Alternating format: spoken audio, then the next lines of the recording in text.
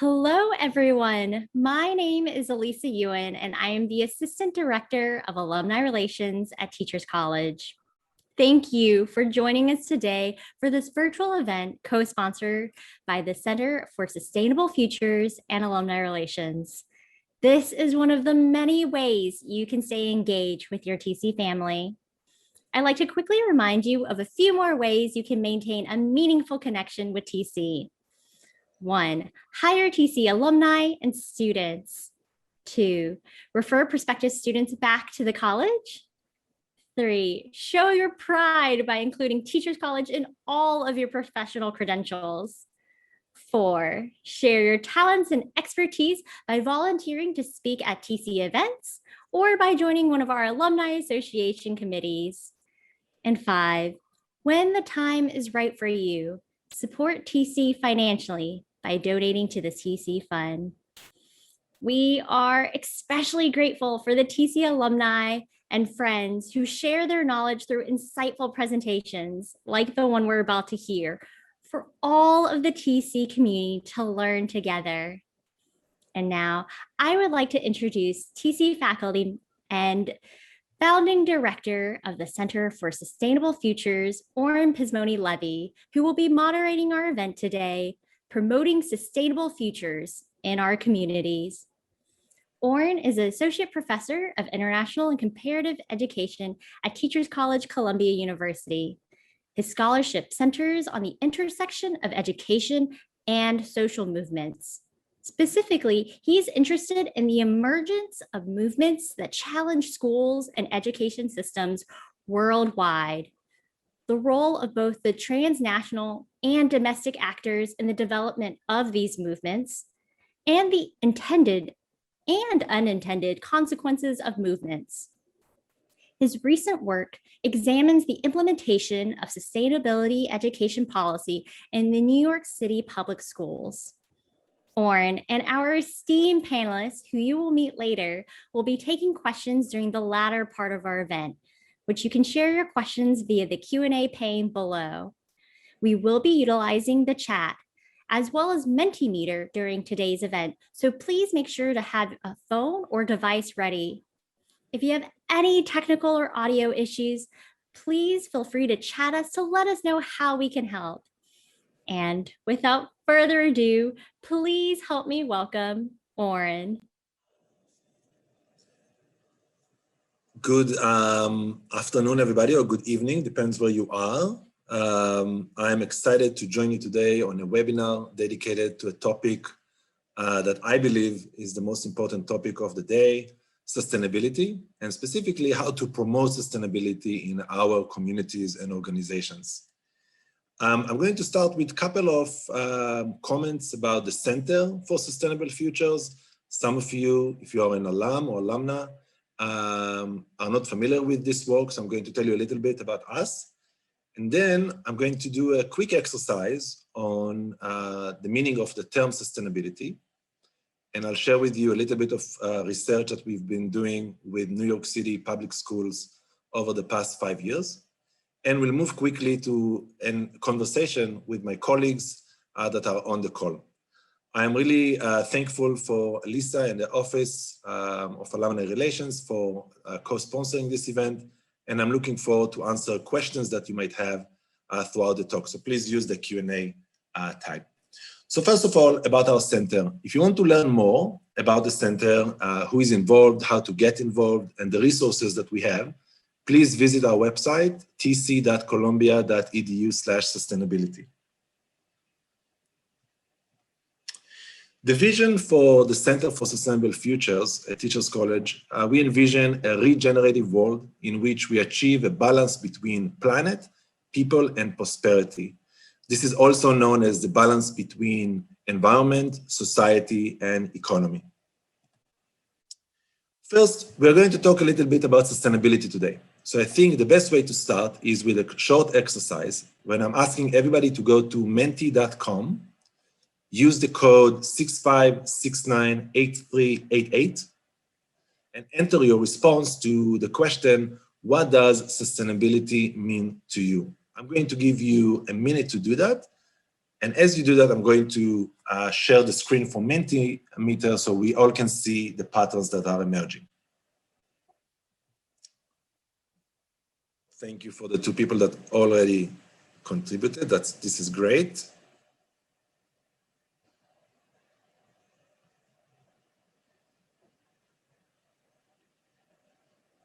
Okay, this is looking really interesting, and we have a lot of interesting terms on the screen. So we are going to have a very good conversation. Let's wait a couple of more minutes. In the meantime, as more people go to menti.com and enter your response, I'm reminding you that you can use the Q&A tab to submit any question you have about the conversation we are having today, including the pedagogy that guides this work, research that we are doing, and any other question you have about the content. Let's give a couple of more seconds. Okay. So in sake of time, we'll start unpacking what we see on the screen. So basically, this app is helping us to collect some input from everybody that is on the call on how you define sustainability. What does this term mean to you? And the reason that it is important to look at how we define this term is because the way we make sense of concepts like sustainability might shape the way we engage with this topic, okay? So if we see here on the screen, we see words in different colors and we see different sizes. The size of the word means that this term repeated frequently in your responses. So we see that many people on the call are using the term future to think about sustainability, the term green or conservation. We see also terms like healthy relations. We see urgency. We see healthy or health. You can see coming again and again. We have it as a term by itself, health. We have healthy relations and healthy on the left side. We also see the term balance or preventing loss or preservation and social justice. So it seems like the people that are attending the call today have a very broad definition of what sustainability is. Okay, so I'm going to keep the menti.com app available if people want to add later on. But at this point, I want to share with you a little bit of the research that we've been doing with New York City public schools around sustainability. So we've been working with the New York City Department of Education Office of Sustainability for 5 years as part of a research practice partnership. And in this research practice partnership, we are trying to help the Office of Sustainability with improving and promoting sustainability education in public schools. In 2016, we asked 1,400 sustainability coordinators the same question that we ask you today. What does sustainability means to you? And Raksha, if you can change the slide. Great. And I'm going to share a couple of examples first. The first 2 examples are on the screen. The first respondent said that sustainability for them is ensuring a good recycling, reusing program to impart knowledge on students and staff on conserving energy. Another one said that it's to always act in the best interest of protecting existing resources and extending the longevity of the planet's reusable resources.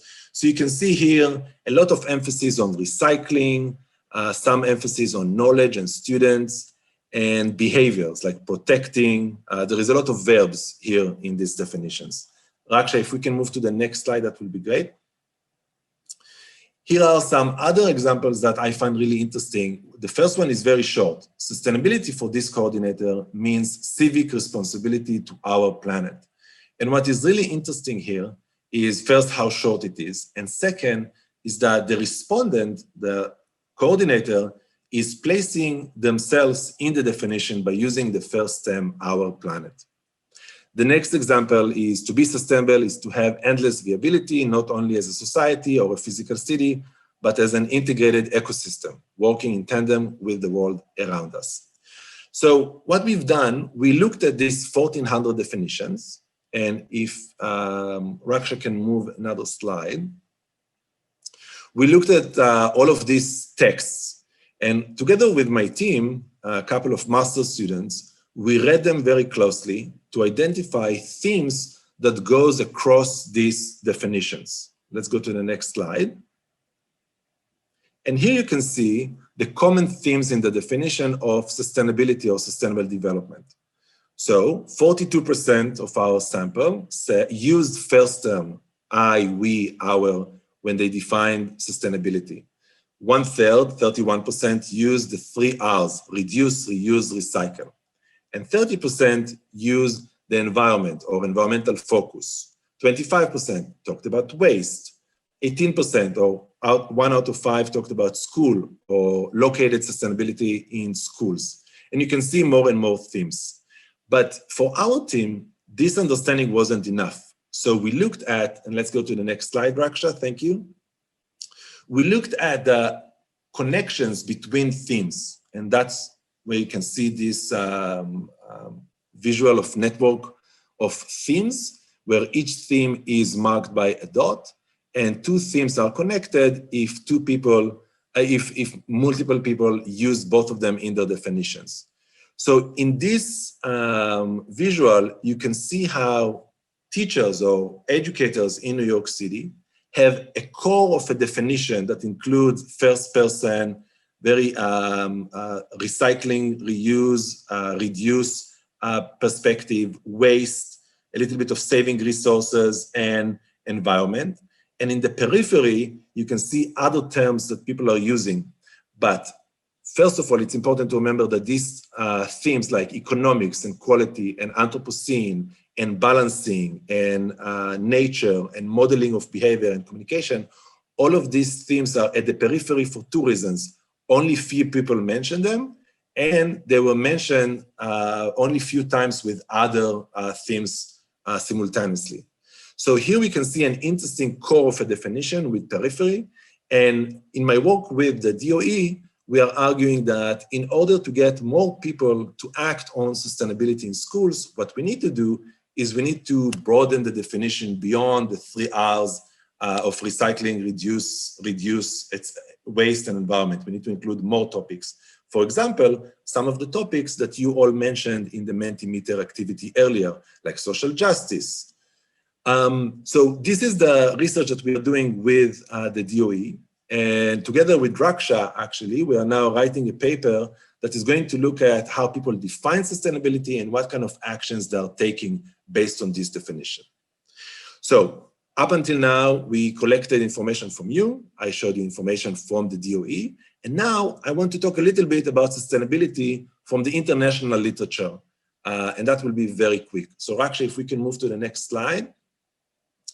So I want to demonstrate for people who are familiar a little bit with environmentalism and maybe a little bit with sustainability, I want to show you a little bit of a timeline of how we got to where we are today. So Raksha, if you can click, yeah, thank you so much. Exactly, and one more time, bingo. We have 3 logos of international conferences that dealt with environmentalism or sustainable development. In 1992, the logo of the Rio conference, the conference in Rio de Janeiro, 1992, you can see motifs of a planet, leaves, and a hand or a dove, okay, that referencing that the planet is in our hand, or a dove, a pigeon that speaks about a symbol for peace, world peace.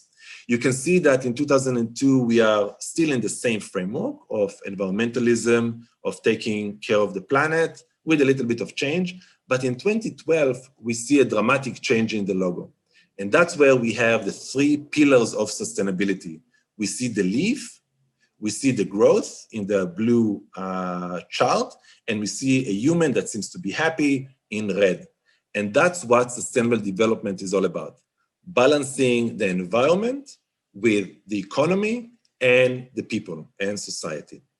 Let's move to the next slide. Sustainable development was defined for the first time in 1987 It's development that meets the needs of the present without compromising the ability of future generations to meet their own needs. In a very unique way, the term sustainable development brings our attention to issues of inequality between generation today and future generations, okay? And that's, I think, the most important piece in the sustainable development argument. Let's move to the next slide.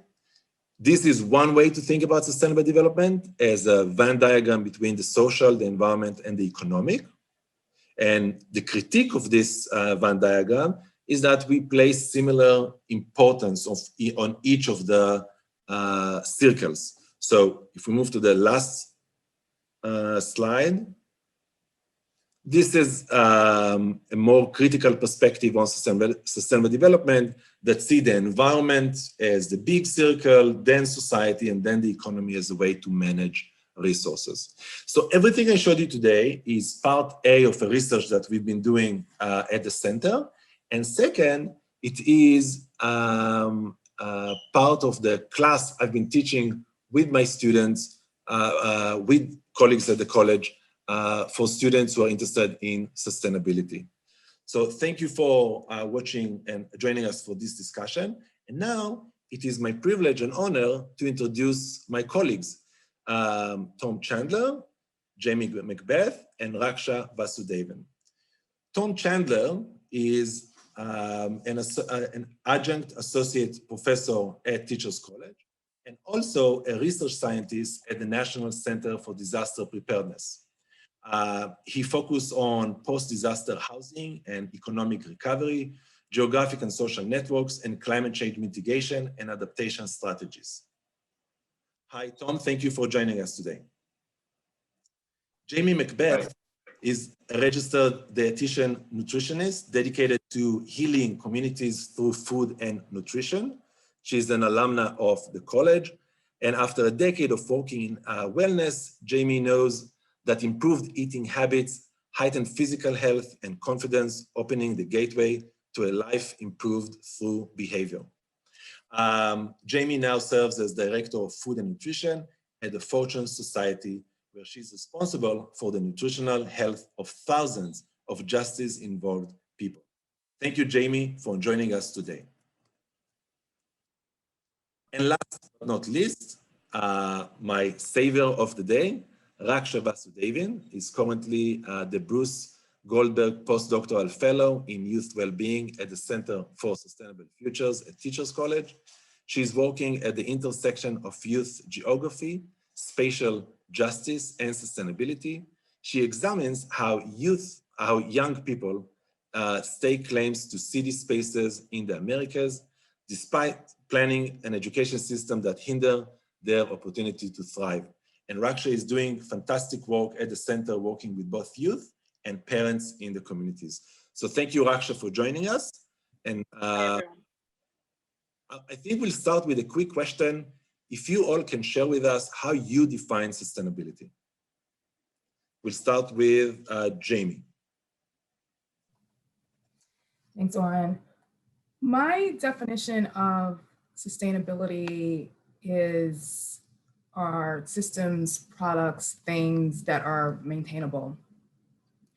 I was sharing a story recently about my television, which you've heard, Oren, not working anymore. The button actually on the TV stopped working and it would only turn on with the remote. So I was debating with my mother how I would get this thing repaired in this day and age. Do you call someone? Are there TV repair shops? And she shared with me that when she was a child, the purchase of a television was a major investment.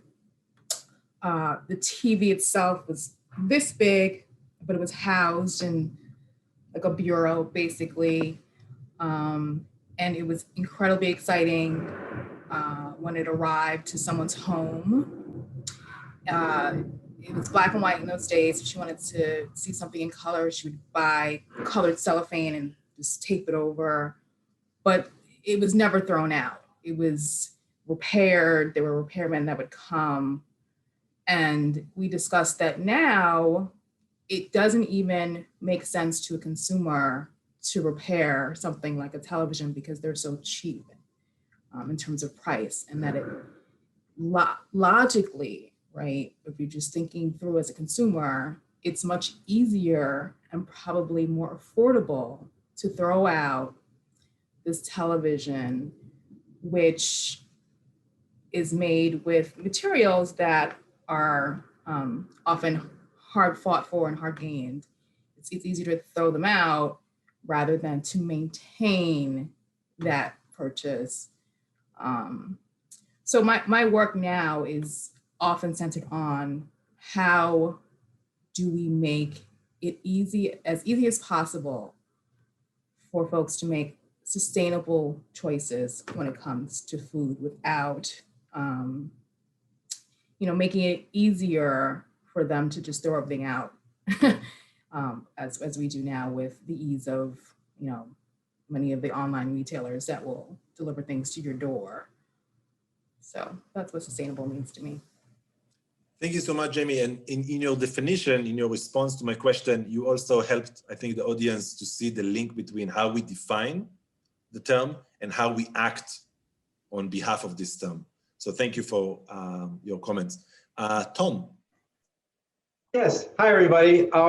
In my work, I tend to think of sustainability within the context of climate change, and that most people will, when they think about sustainability and climate change, they're really going to experience that through an actual disaster. So that gets into issues of disaster preparedness, response, recovery, and resiliency. And preparedness in relation to the built environment, how can we rebuild in more sustainable ways? Response in terms of preventing the loss of life and property, and the indirect impacts such as the blackouts and unforeseen consequences of disasters, such as when we think of Puerto Rico, a year after Hurricane Maria, there are still people without power in various areas, and the implications of that for people who are electricity dependent in medical ways on resources, and the negative impacts of that.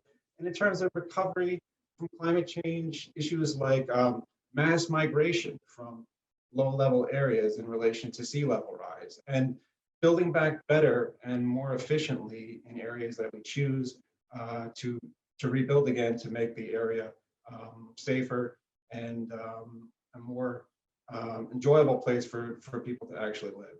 So these are the issues that I oftentimes think about in relation to sustainability. I know there's many others, but I think in some ways this is a really urgent, critical theme right now that is urgent for folks to think about as a planetary emergency. Okay, thank you so much, Tom. Raksha, you come to us from outside of the college, bringing a very unique perspective on this topic. Yeah, thanks, Oren. Thanks, Alyssa, for having us here. Yeah, so my background is in planning, and Oren putting up those diagrams was really helpful to kind of situate what I come from, which is working in cities. And I think for me, sustainability, and Oren sort of said this word, is balance kind of in all its forms. But by that, I actually mean more of a sort of active re-examination of where we're at. So there's the horizontal, I like to think of it as a horizontal balancing act between the social, environmental, and economic. But then there's also this vertical act of connecting the local, which is what Jamie was talking about, the local to the global in a sense, right? And so there's these global systems, capital flows, material flows, climate change, systemic racism that are happening that affect the local in different ways. So the types of access and opportunities that people have, the everyday decisions they make about their consumption practices, the ways they care for their families and communities, the practices they engage in to take care of their work. So for me, sustainability is useful insofar as it provides a holistic framework to think about how to make these connections across time and space. And with the sort of underlying assumption that, we are actively trying to build a better future for people. So, addressing issues of climate change, but then also how does that manifest locally? And how does that intersect with issues of disproportionate investment in certain spaces or lack of investment, colonialism? So like there's actually these intersections that are taking place locally, and that's where I think the work around sustainability is. Great. So it's wonderful that we have the three of you because you bring very different perspectives that complement each other. I want to move to the next set of questions, and it's two-part question. First, when did you first learn about sustainability? When did that happen? And second, if you can give the audience really a short window into what does it mean to do sustainability work in your organization or in your the place you work right now. So I thought maybe we'll start in the same order. Jaime, when did you first hear about sustainability, and what does it mean to do sustainability work in Ocean Society? First, hearing about sustainability, I think, was probably in middle school. I like to joke with people and tell them that I saw like the 80s version of some of these documentaries about sort of food production. So when I was 10, I saw a video about, just sort of farming practices. And I came home and I just said, I'm not ever eating meat again. And that's sort of how that happened. For whatever reason that spoke to me that strongly, that it just brought into focus for me. And obviously I grew up to become a dietitian. So there's so much thread of food and farming practices. So as far as how that impacts my work, I am director of food and nutrition at an organization that helps formerly incarcerated people re-enter society. So I work both as the head of the food department and the head of the nutrition department. And as the head of the food department, we feed thousands of people monthly. We provide thousands of meals, and those decisions in terms of procurement, food preparation, and consumption all have a very large impact on a variety of systems. So one of the major ways that this works out in my organization is through procurement. Who am I buying from? How far away are they? Are we buying food that can be wasted? And by that, I mean, even if you're thinking about making a vegetable, are we going to buy vegetables that require a lot of trimming that will then result in food waste? So from, again, just the very beginning decision of where to purchase from, how it's prepared, and then how the consumer will have to handle the food, packaging, and waste is sort of a snapshot into how that works on the food side, at least. So we are learning from you, I think, something that we talked before the webinar about the importance of culture and documentaries and how this non-formal learning are actually shaping the way we engage with the concept. That's very cool. Tom? Yeah, I've been thinking about sustainability as long as I can remember, but I first started really conceptualizing it within the context of climate change and sea level rise after Hurricane Katrina. I remember former House Speaker Dennis Hastert saying after the storm that the lower Ninth Ward area of New Orleans should be bulldozed. And then there was a poll soon afterwards featured on CNN, which noted that the majority of Americans agreed with that reference from the former House Speaker.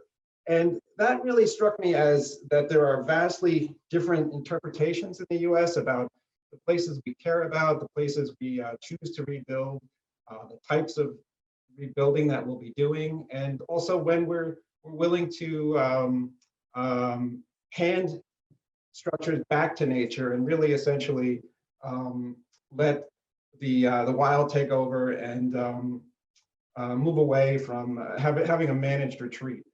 And it also ties in with the philosophical question of when we see a storm or a drought, such as is occurring right now, is to what extent is humankind responsible for what's going on with the weather? And what are the long-term impacts of that? And what can we do in terms of mitigation to prevent the long-term negative impacts? And really what's built into the cake in terms of fossil fuel emissions that are in the atmosphere, in terms of adaptation? What is going to happen regardless of the mitigation strategies we actually carry out? So in terms of the work that I'm doing, it focuses a lot on the adaptation areas right now, particularly in relation to economic and housing recovery after disasters.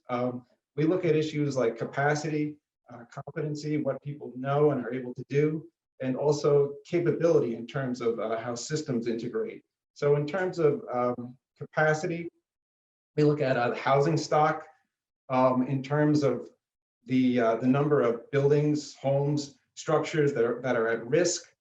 Almost 50% of homes in the United States right now are actually at risk for various types of natural hazards, which is of great concern. In terms of what people know and are able to do, we think a lot about people's understanding of risk. So we talk about like a 100-year flood. What does that mean if you're living in a particular low-lying area? Are you prepared to evacuate? What are the specific preparedness actions that you're ready and willing to take? And in terms of capability, there's a lot of new research coming out in terms of new policies, both the international, federal, state, and local level that can be carried out most successfully, and ways that we can integrate disaster preparedness, response, and recovery, and also long-term resiliency in ways that haven't been accomplished before. Wow. Raksha? Thank you, Tom. Yeah, actually, Tom speaking right before me was perfect for this, because when you were talking about Hurricane Katrina, for me, it was actually, you know, we all have these moments when we're young where something hits us visually, but really when like sustainability as a term came to fruition in my mind was during my master's. There was a sort of a movement within planning, and continues to be, where they were looking at how post-industrial cities might use sustainability planning to approach city building differently. So post-industrial cities are Rust Belt cities that lost over half their population. And so there was a lot of conversation happening about, whereas normally cities are based on growth and a growth framework, what would happen if we acknowledged that the population would never go back to what it was, and instead really started refocusing on building these cities for the people that are there? And so, you know, all the vacant properties, how might we encourage urban farming to take place? And so there are all these smaller initiatives within certain Rust Belt cities to do what they called sustainability planning. And so that was sort of my introduction. I thought that it was actually fascinating. It turned on its head the concept of what a city can be and for whom it can be. And then my own master's and doctoral work actually ended up focusing on young people. I think youth are sort of the experts of their own cities. And so I like the sustainability framework because there is a future orientation, which many of the attendees kind of hit on with the Mentimeter. And so I end up centering the what young people do in terms of social and environmental relationships in their own communities. Currently, I've transitioned to the and their families part of youth and their families, and so I am trying to conceptualize if parents are nodes, important nodes in communities, important community anchors between schools and community organizations and their own families. How do we really think about how they understand what sustainability is? Is it actually a useful framework for them? If it's not, you know, how do we take their knowledge and understanding of the local social, environmental, and economic concerns for their community and figure out how these priorities overlap with other actors and actual social and environmental risks the neighborhood faces? And so sustainability framework, I'm trying to use it as a bridge. And so currently my work is with parents of school children in Harlem. And I am coordinating it with a longtime environmental justice organization there called WeAct. And so that's kind of what we're trying to understand is how is this global concept such as sustainability translated, articulated, and is it even useful at the local level? And what can we do to sort of bridge that gap? Okay, thank you so much, everybody. We have TC alum and alumnas on the call, but we also have students.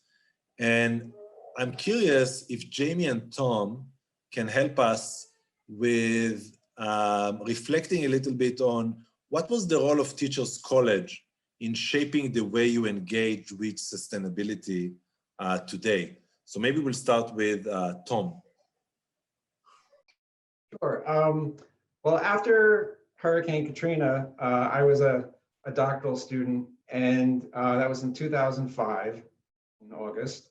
And after the storm, there were a number of faculty and students at Teachers College that got together to determine some different ways we could be part of the response and long-term recovery. And there became this interesting idea to develop a curriculum that focused on all of the social justice, the climate change, the policy issues relating to the storm and the implications of that and what had happened. And we realized very early on that this was not a curriculum that had ever actually been developed for US students before. And so it really became an interesting and important endeavor for us to develop this curriculum content. So we spent about 6 months as groups, teams, getting together to write lesson plans, attempting to link them to the standards that were relevant at the time. And we also used a movie, a documentary from Spike Lee's When the Levees Broke, that all the lessons were mapped to.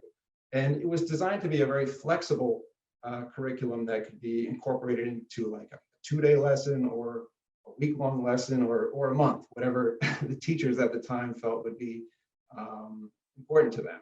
And so it was eventually incorporated into 30,000 schools in the United States. And for my personal role, I incorporated some of the themes relating to sea level rise and the implications of that, which I had mentioned before. And it was really an interesting experience that Teachers College fostered to be able to go into classrooms and observe as part of our evaluation research how people were using the curriculum, both adult education as well as K-12, and to see the different ways that it was used in relation to new disasters that had occurred long after Hurricane Katrina. So we've seen it with Hurricane Sandy, now in the 2017 hurricane season, which cost over $300 billion.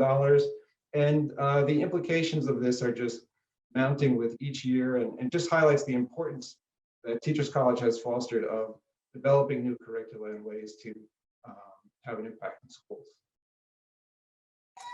I didn't know about that. That's exciting. At some point, I'm going to ask you if you can share the resources of where we can find these materials, if it's still available. Absolutely. Jaime? I think, I took a class, nutrition ecology, which is a requirement for any master's student in nutrition education. And it was taught by Joan Gussow and Tony Lapori. So, Oren, you're nodding because you probably realize just how powerful Joan and Tony's ideas are, their ideas, their presence, their presentation. So it was earth-shattering for me to be in that course, and it still to this day informs my work in many, many ways. So for those who are on the call who may not be familiar with Joan, she's credited with really giving Michael Pollan many of his ideas, and she had been doing the work of the local growing movement many, many years prior to sort of exploding in pop culture and it being just recognizable by everyone now. So Joan was, I think, probably in the 60s, was planting almost all of her own food in her garden and espousing those ideas when people just thought it was lunacy. So that class directly informs my work now. I actually sit on a committee with Tony now, who co-led that class, the Good Food Purchasing program, which is about procurement and making responsible procurement decisions based upon values rather than dollars. And, you know, it's, Raksha was touching upon how these different ideals and systems converge on a global, local, consumer level. So I think after leaving Joan, or probably even there, Joan and Tony's class, and really putting a lot of the ideas in place in the work that I do in terms of even the nutrition decisions or advice I give to people, it then led to sort of my thinking around inclusiveness in sustainability. As I said, you know, obviously Joan is sort of the matriarch of the local foods and reducing food miles.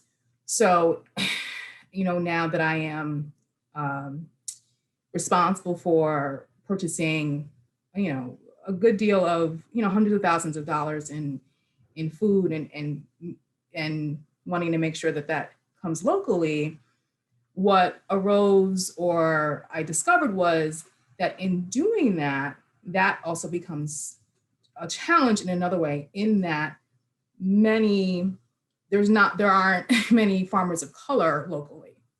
So there are these abutting value systems that we can't not deal with concurrently.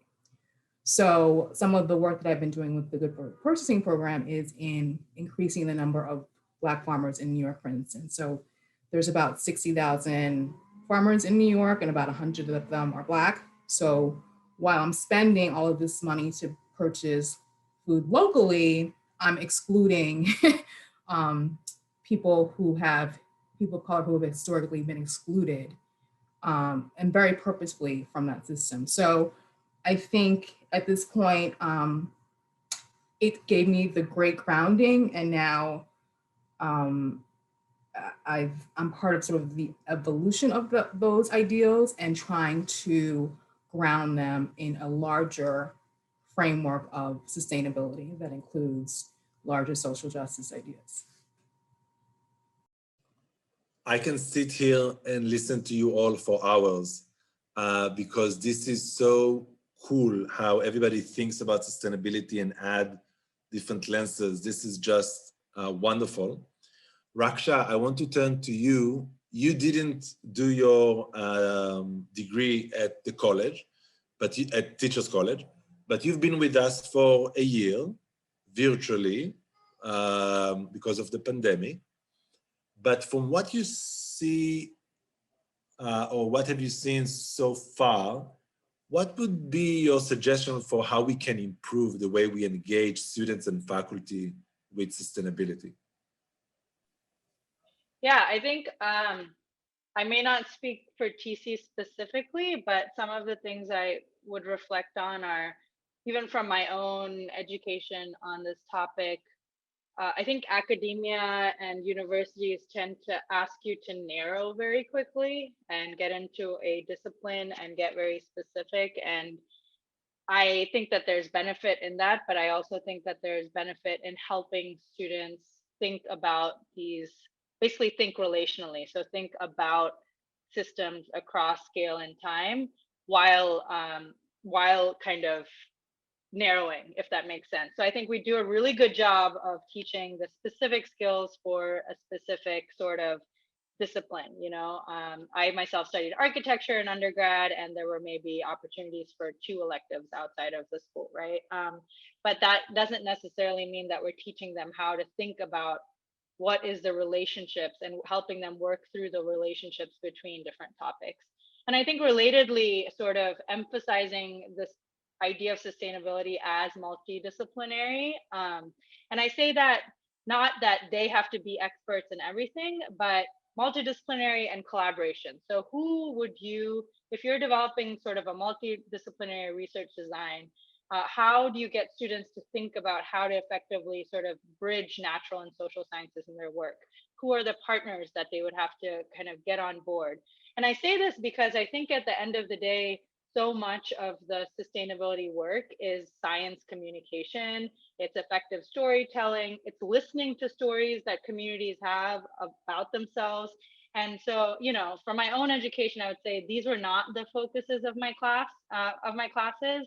It was much more sort of, I don't know, siloed and much more technical in some ways. And I think the technical is valuable, but only insofar as you can actually use that to talk to people about their everyday lives, hear from them, share those stories, right? So the tools that are needed to basically do effective communication, I think would be one of the things I would add to some sort of sustainability programming in schools. Wonderful. So I just want to make sure that the audience know a couple of things. A, you can add your questions to the Q&A, and I see more questions and we'll take them in 5-10 minutes. And second is that all the activities and courses that Jaime mentioned, the class with John, is still going on.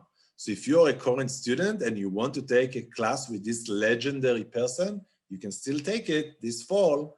And there is a wonderful story about her on the TC website that I will share later on with you all, so you can read more of the background story.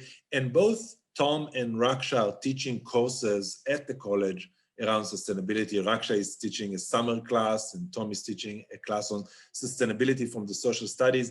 If you want to learn more about this, if you're a student and you want to take classes in this, just go to the website of the center. On the tab under courses, you can read more descriptions about these different opportunities. So I want to thank everybody for what you said so far. And I want to move to the final question. I'm going to skip a little bit and to ask you if you can come up with a couple of ideas or suggestions for the audience on how to engage with sustainability in their organizations.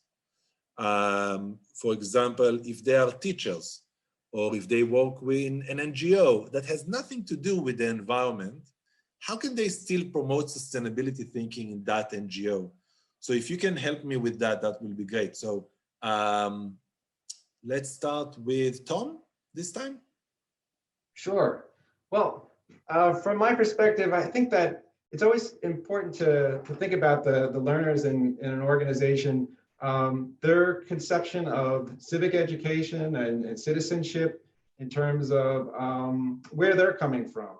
And there are lots of different conceptions of this. There are folks who just believe in procedural tasks as being the ultimate solution to solving the sustainability crises that we're in terms of what are the cognitive skills that you need to recycle or do a specific physical task that is really done on a massive scale can ultimately be really helpful and important in some ways. And then there's the folks who come at it solely from a scientific perspective, and also those who come at it from a more social justice oriented perspective in terms of asking the continual why questions. Why is this happening? What are the specific causes? So really doing a needs assessment of the interests and needs of who's in your organization, what they're looking for, and how they're able to generate lasting change and impact is really important. And all those different areas are in some ways equally important as having a lasting impact, and they need to function together oftentimes as a hierarchy. And then there's the issue of looking back at what has generated environmental positive changes in the past. One, we look at like recycling, smoking cessation. What were really the key drivers of that as generating a large amount of change, or CFCs in the ozone layer? So there's a lot of past examples, although not as challenging as climate change, I would argue in many ways, but there still are a lot of success stories, a number of new ways that people can look about to make a difference. And lastly, I'd say just continually evaluating programs, doing needs assessments, and getting feedback from those in your organization to determine what the challenges are and how they can successfully move forward. Thank you, Tom. Jamie, any tips on how to engage with sustainability within different organizations? I would say patiently, depending on the type of organization that you're working with. So, I mean, the smallest changes may take years, but if that's what it takes, that's what it takes. I also think that much of the work has to do with relationships and with people at the organization rather than what you're trying to accomplish. Many things will just be accomplished because you and the head of facilities, go out on Friday, well, in the before years for happy hour.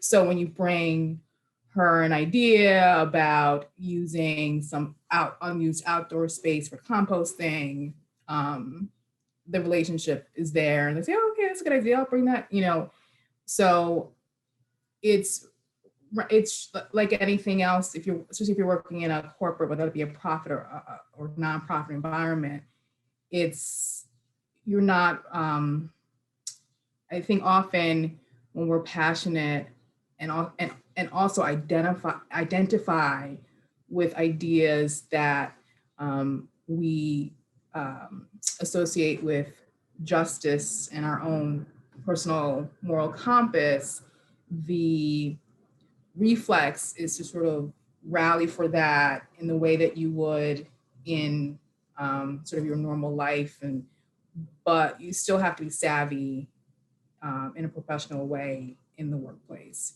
And so the same tools that you would use for your own professional advancement often need to be used in order to advance the ideas that you want to take place professionally. So I would say with a lot of patience and just know, I mean, it's taken me, years to really have the scale of the compost program that we now have at my institution, and really convincing the right people that this is the right thing to do and it's doable, and getting the support, the money, and all those things. So with patience and professional savvy, with mind relationships, I would say. Thank you, Jamie. Raksha? Yeah, I'll just add one thing, which is I totally, what Tom and Jamie were saying resonate with me. I think that it is so much about the process, as Jamie said. And I also think, like, currently in this moment, sustainability really is about climate justice and climate crisis, and what I would say is an equity crisis, right? And that looks differently in different places. But I think regardless of what your organization is and what you're trying to do, that those two kind of topics seep in just aspects of your organization. So I think some of it is taking a step back. And I realize, like, depending on where you sit in the organization, there are power imbalances that, you'd have to deal with. So I think definitely what Jamie is saying makes sense. Being strategic, being slow, thinking about the process. But really, I think if you are intent on doing kind of sustainability in your organization, it's really taking a step back and trying to develop a larger vision, and really interrogating sort of how does your organization sort of fit into or contribute to these crises, right? And like really taking a hard look at that. And then organizationally, after you take stock of where you are, maybe, and also, as much as I talk about the future orientation of sustainability, there's a very kind of there's an opportunity to look back and learn from history, and whether that's within your organization or within your community group, whatever it is. And so doing that, taking stock in order to develop strategies and steps, I think is the way. And I think along that way, building these relationships strategically, as both Tom and Jamie were talking about, instead of preaching to, right? So like building the relationships and getting people on board to understand why this is beneficial for the organization and kind of for the larger society, I guess. Thank you, everybody. This is a wonderful set of tips. I will just add that it is important for individuals to identify themselves as advocates of sustainability in their organizations. I found that to be a very useful strategy at TC and in other places where I worked. And then, as everybody mentioned, networking and not doing it alone. You have to have allies working with you in different units of the organization. And I hope that everybody that is listening can take a couple of these ideas and try to implement it and let us know how it works for you. So we have 15 minutes for a wonderful set of questions that the audience posed to us.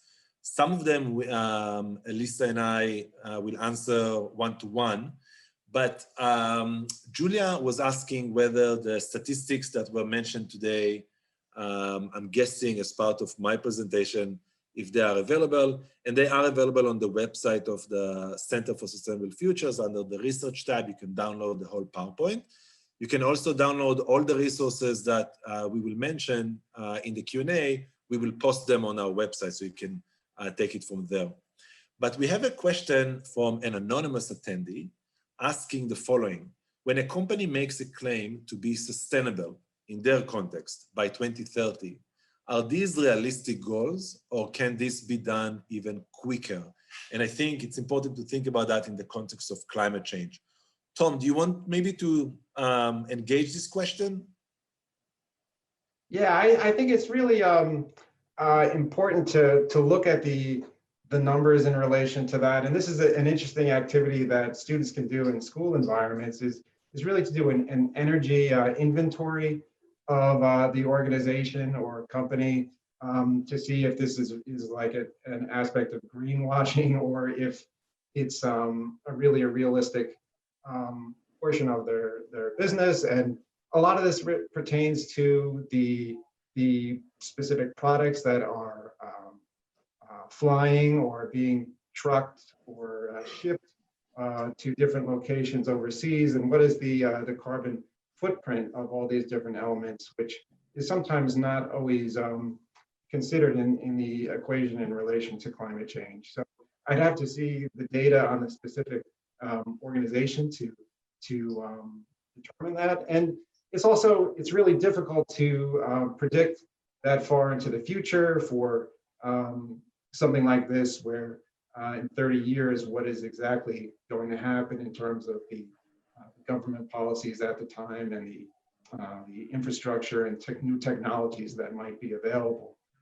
But we do tend to have a belief that technology is going to be the savior that is going to solve this problem. And more often than not, with climate change, that is not the case. And we just have to rely on a lot of basic mitigation tactics and responsibilities that we have toward the planet. Thank you, Tom. Jamie, would you like to speak to the issue of whether we can actually achieve it by 2030?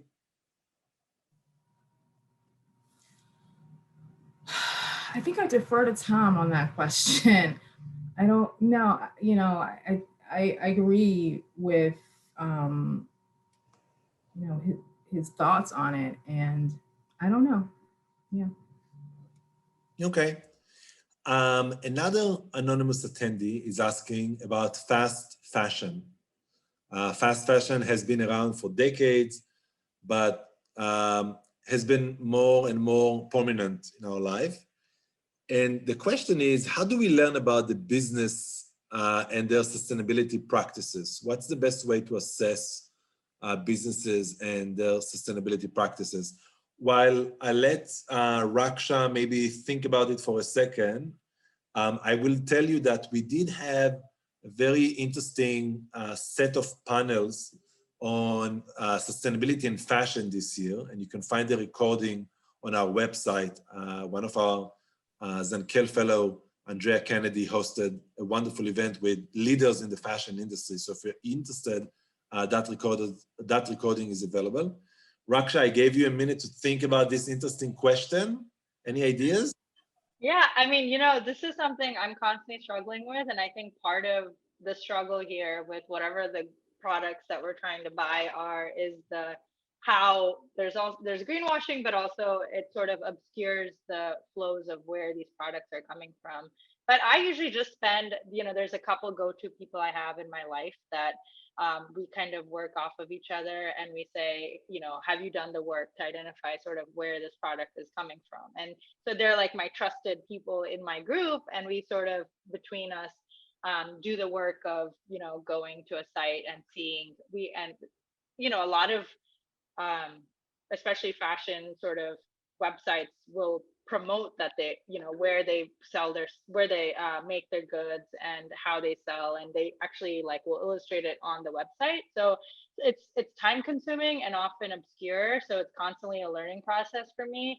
But I would say, if you have a couple other folks who are in your group that are interested in similar things, sort of commit to sharing knowledge with each other. And I think that's the best strategy that's worked for me so far. Oh, I also wanted to mention that in the class that I'm teaching is sustainability and social studies. The students have a project where they choose an environmental problem, and many do focus on clothing and the fashion industry, where they'll notice that there's a massive amount of clothing that's just left out in front of a store in New York City or something like that. And they go through the process of taking photos of the environmental harm that's taking place, and also tracking it in Google Earth, where they'll develop paths and polygons and really systems thinking to develop relationships of where this waste might be going, and the societal implications of that, particularly if it's being shipped to other nations for quote unquote recycling purposes. One more thing I want to add, which is I just moved to Harlem recently, and there is a Facebook group called Buy Nothing Harlem. And so these are a group of folks who all live in Harlem who are committed to not buying more. And it is one of the most active Facebook groups I've been on, because they are very generous with, really identifying, like, I'm not using this product anymore, and they give it, and the circulation of just goods that folks don't have to buy is amazing. So, there's also ways to, if you're not alone in this, trying to figure out where and how to buy, and also sharing. So there's ways to also start your own, space locally to share ideas and thoughts, and also products. Raksha, if I may ask you to share the Facebook link on the chat box, and then later on we'll post it on the website. That sounds like a great group to be part of. We have a collection of questions that I'm going to combine them. I just want to make sure I'm reading the names. So Margaret Blair and Julia Benedict, both of them are asking questions about the difference between our own behaviors and mindsets versus others. Margaret specifically is saying is that her biggest issue is that she and a relative and colleagues are doing a lot in their private lives to promote sustainability, but there is still a lot of work that needs to be done at the policy level. And she's asking, how can we change policies that will really make a difference on the bigger aspects of sustainability in society? And Julia is asking a similar question about tips for how we can help other people to shift their mindset into sustainability and to change their practices. So I will let you think about that for a second. I will just say one thing to address Margaret's comments. As you can see, I'm really in the business of promoting our center. We are doing a lot of work on policies in education. And one of the things that we are doing is we are monitoring public opinion on these issues. So public opinions are great. Public opinion and polls are really good way to put pressure on policymakers because they want to be re-elected. So if you're interested and you want to see some of these findings, you can go to our website. But now that I talked for a minute or less, Jaime, do you want to tell us a little bit about how we change policies or how we change others' mindsets? Yeah, I think that for the policy question, obviously we're in a voting cycle right now in New York City, and it really does start with who we elect to represent us. If there's really not so much we can do if the holders of elected office are not aligned philosophically with us. So I think that's sort of at the most basic level. And not to sound like a sixth grade civics teacher, but it really just comes down to becoming involved politically and within blocks, like really harnessing the power of community and like-minded people to really speak to and with and engage the people that you hopefully end up electing. And that's really how, aside from using the influence you may have in your sphere through maybe who you are as a student or as a professional, I mean, that's the ways that I see policy being influenced. And as far as sort of changing the mindsets of others, I think that that's actually more difficult than impacting policy and aligning with people who are already like-minded. Just as someone who deals with human behavior and trying to have individuals change their behavior, that's a more complicated thing. That doesn't mean that we shouldn't be attempting, but often that comes in a mass scale as well. There's a mass cultural shift in how different things are viewed. And so sort of trying to influence groups of people in the same way you're trying to influence the elected officials, I think is the way to go with that. You might have an opinion. Yeah, tying into what Jamie said, I also wanted to add that I think in some ways coal consumption is a major issue for the planet, and that there are many US senators who traditionally are from coal mining states who have received a large amount of financial support from the coal industry and other fossil fuel industries, and that we really have to reevaluate the ways in which voting is taking place in relation to these issues, and consider that more as a society of the long-term damage. And also in terms of international relations, several other countries, as the pandemic begins to subside, are going to continue to use coal as a major source of fuel, and that gets into the touchy ethical debate about developing nations using coal as a cheap form of fuel, but also the impact that will have on the planet. Oren, can I add just one more thing? Which Please. Is, yeah. So at the policy angle, I'll leave it where it was. I think what Jamie and Tom said is perfect. Just thinking about kind of the shifting of mindsets. I know this whole program has been about sustainability, but sometimes these sort of fuzzy, large concepts get a visceral reaction from people that is very negative. And so, if you're thinking about mindset shifting, like what do you actually mean by that, right? And so you might actually want to think about how you can tell this story to people that is actually resonating with them. So is it that you're actually focusing on procurement? Is it that you're focusing on, I don't know, food waste? Is it that you're focusing on carbon emissions in your organization, right? And so what I might say is just, if they're so resistant to this idea of, sustainable programs, some of it could just be one, a fear of something different that they're unfamiliar with. Two, the word is so commonly used, who knows what they're associating with it. And so, how do we think about what are you actually trying to get them to do? Are you trying to get them to just lower, maybe you start with one aspect of what you want your friends or the organization to do, and you actually just try to relate to them at that level and talk to them about that one piece. So that's just an idea I have. I know that some of these big words, people sort of cringe when they listen to it unless they've already bought in, right? And so maybe a different tactic or a different set of words is useful. Thank you, everybody.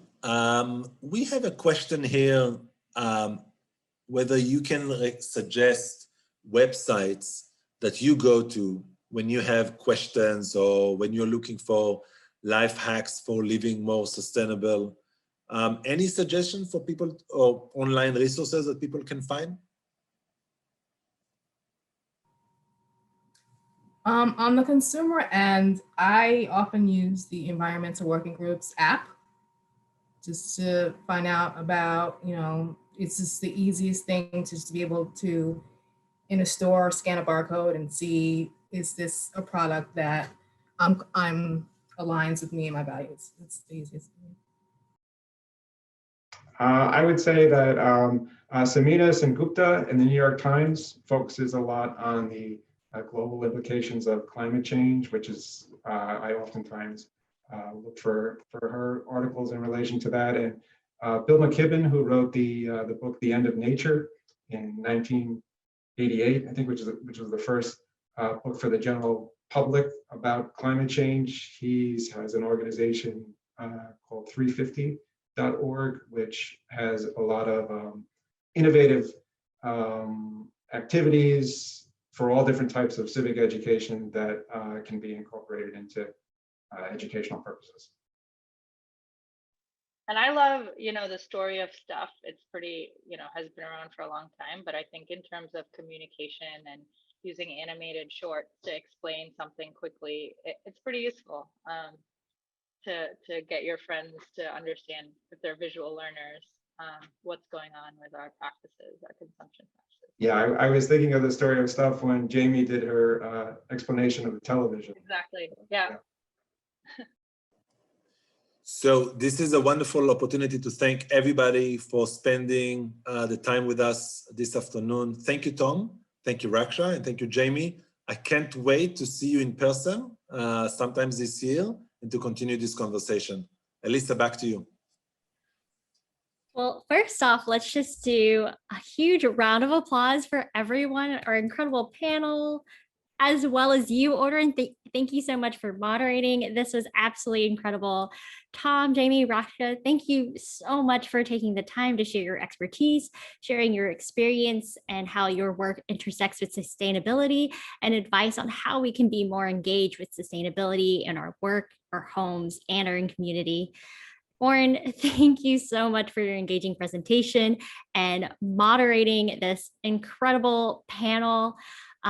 And to our audience, also, thank you so much for joining us and sharing your fantastic questions. There are so many, and I wish we could have answered all of them, but we really appreciate you sharing those questions with us. I just want to remind everyone that we are recording this presentation, and we will be sharing the recording in a post-event email.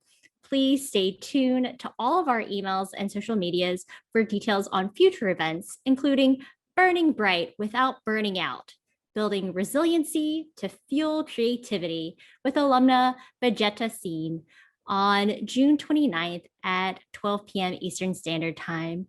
We hope to see you at future TC alumni events. Until then, thank you again for joining us, and we hope you have a wonderful day. Thank you, everyone.